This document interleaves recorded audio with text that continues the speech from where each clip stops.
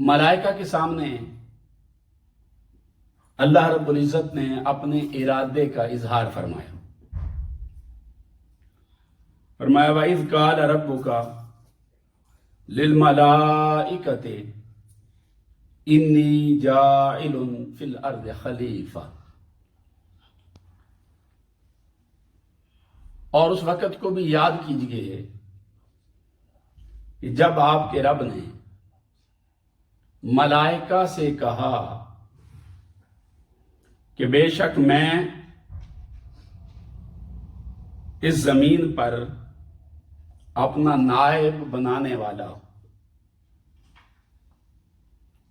اللہ رب العزت نے اپنے ارادے کا اظہار کیا۔ اذ قال ربک للملائکہ، یہاں پر کئی حکمتیں ہیں اللہ رب العزت کے اس کلام کے اندر جو لفظ اذ کے اندر چھپی ہوئی، اور کئی طرح کے سوال بھی پیدا ہوتے ہیں۔ اللہ رب العزت نے کس کو خلیفہ بنانا ہے اس کا نام نہیں لیا،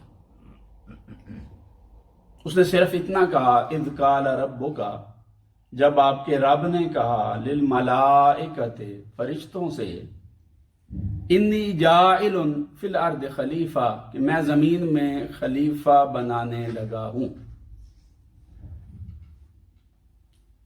میں زمین میں خلیفہ بنانے لگا ہوں تو کس کو خلیفہ بناؤں گا اس کا تذکرہ نہیں کیا، نام نہیں لیا کہ میں فرشتوں کو خلیفہ بناؤں گا یا جنات کو بناؤں گا یا آدم علیہ السلام کو بناؤں گا، ان کا نام لیا ہی نہیں، نہ فرشتوں کا نام لیا، نہ جنات کا نام لیا، نہ آدم علیہ السلام کا نام لیا، تینوں کا نام نہیں، مطلقاً کہا کہ اے فرشتوں میں زمین میں خلیفہ بنانے لگا۔ صرف اتنی بات کرنے پر فرشتے کہنے لگے باری طرح تو اس کو خلیفہ بنائے گا جو قتل و غارت گری کرے گا، اتجعل فیہا من یفسد فیہا ویسفک الدماء، تو اس شخص کو خلیفہ بنائے گا جو اس میں فساد برپا کرے گا، خون بہائے گا، قتل و غارت گری کرے گا، تو اسے خلیفہ بنائے گا۔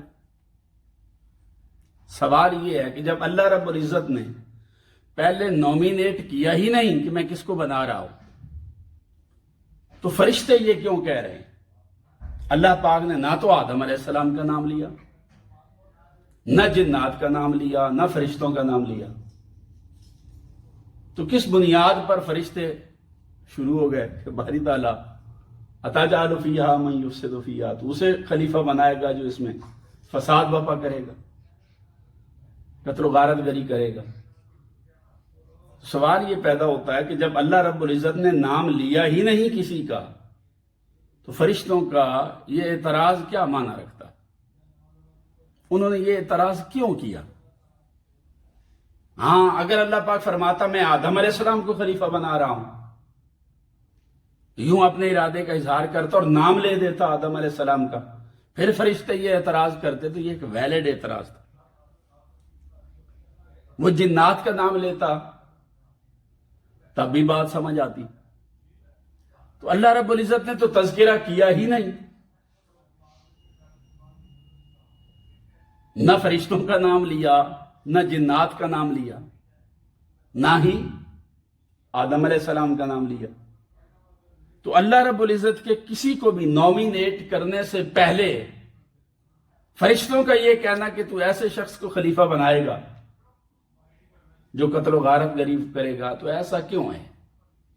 فرشتوں نے ایسا کیوں کہا جب اللہ رب العزت نے نام ہی نہیں لیا کسی کا؟ میری بات سمجھے نا؟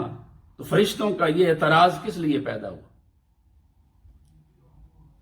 فرشتوں کے اس اعتراض کے پیچھے ایک باقاعدہ سوچ ہے، وہ یوں ہی نہیں کہہ رہے تھے۔ فرشتے دیکھ رہے تھے کہ اگر زمین پر ملائکہ کو اللہ رب العزت نے خلافت دینی ہوتی تو ملائکہ تو سے پہلے سے موجود ہیں، ان کو تو اللہ رب العزت نے خلافت دی نہیں، کبھی خلافت کی بات بھی نہیں کی فرشتوں کے ساتھ۔ جنات بھی پہلے ایک مخلوق ہے، آدم علیہ السلام سے پہلے زمین پر تھے۔ اگر جنات کو خلافت دینی ہوتی تو پہلے دے دیتا۔ بھئی جو دو مستقل مخلوقات وجود رکھتی ہیں اور ان میں سے جنات زمین پر ہی تھے، تو اگر جنات کو خلافت دینی ہوتی تو پہلے دے دی جاتی۔ اللہ رب العزت نے کبھی جنات کو خلافت دینے کے اپنے ارادے کا اظہار نہیں کیا، فرشتوں کو خلافت دینے کے ارادے کا اظہار نہیں کیا۔ فرشتے دیکھ رہے تھے بھی ہم دو تو پہلے وجود رکھتے ہیں، ہم بھی ہیں جنات بھی ہیں۔ اگر اللہ رب العزت کا ارادہ خلافت ہمارے بارے میں ہوتا، وہ اس کا پہلے تذکرہ کر دیتا، ذکر کرتا، کہہ دیتا میں جنات کو خلیفہ بناؤں گا یا میں فرشتوں کو بناؤں گا۔ اس نے تو یہ بات کی کوئی نہیں۔ اب جب اس نے مٹی اکٹھی کر کے یہ آدم علیہ السلام کو وجود بخشا ہے، اب فرما رہا ہے میں خلیفہ بناؤں گا۔ وہ خود سے یہ بات سمجھ گئے کہ پہلے کبھی تذکرہ نہیں کیا جب تک یہ نہیں تھے اور صرف ہم دو ہی تھے، فرشتے اور جنات، تو اللہ رب العزت نے کبھی نیابت و خلافت کا ذکر ہی نہیں کیا۔ اور اب جب آدم علیہ السلام کو وجود بخشا ہے، اب فرما رہا خلیفہ بنانے لگا ہوں، تو یہاں سے وہ فرشتے سمجھ گئے کہ یہ جو اب اللہ پاک نے ارادے کا اظہار فرمایا ہے تو وہ یقیناً آدم علیہ السلام ہی کو بنائے گا۔ اگر ہمیں بنانا ہوتا تو پہلے بناتا، ہم تو پہلے بھی تھے، آدم سے پہلے ہم تھے، آدم علیہ السلام سے پہلے جنات بھی تھے، فرشتے بھی تھے، تو پہلے خلافت کا ذکر ہی نہیں۔ اور اب جب آدم علیہ السلام کو وجود بخشا ہے، اب خلافت کی بات ہونے لگ گئی، یقیناً پھر یہ آدم علیہ السلام ہی بنیں گے۔ یہ ازمپشن تھی فرشتوں کی، وہ یہ چیز دیکھ رہے تھے کہ پہلے تذکرہ نہیں، اب تخلیق آدم کے بعد تذکرہ ہو رہا ہے، تو اس کا مطلب ہے کہ یہ خلافت نہ ہمیں دی جائے گی اور نہ ہی جنات کو دی جائے گی۔ لہٰذا انہوں نے فوری طور پر آدم علیہ السلام کی سرشت میں جو کوالٹیز تھیں ان کو سامنے رکھتے ہوئے اعتراض کر دیا، اَتَجْعَلُ فِيهَا مَن يُفْسِدُ فِيهَا وَيَسْفِكُ الدِّمَاءَ۔ اللہ رب العزت نے ملائکہ کے اس اعتراض کو ریبٹ نہیں کیا، ریجیکٹ نہیں کیا کہ تم غلط کہہ رہے، ایسا نہیں۔ اللہ پاک نے صرف اتنا فرمایا انی اعلم ما لا تعلمون، جو کچھ میں جانتا ہوں تم نہیں جانتے۔ تم تین ہو یا چلے فرشتے اور انسان، یہ دو ہیں، میں نے کس کو خلافت دینی ہے اس کا فیصلہ آگے میں ایک امتحان لوں گا اور اس میں کروں گا۔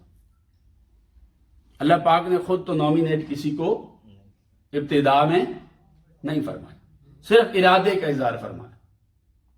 ایک ٹیسٹ ہوگا، پرووے ہوگا، جو پاس ہو جائے گا وہ خلافت کا حقدار بن جائے۔ اب یہ ملائکہ کے سامنے اللہ رب العزت اپنے ارادے کا اظہار فرما رہا ہے۔ اذ قال ربک للملائکہ،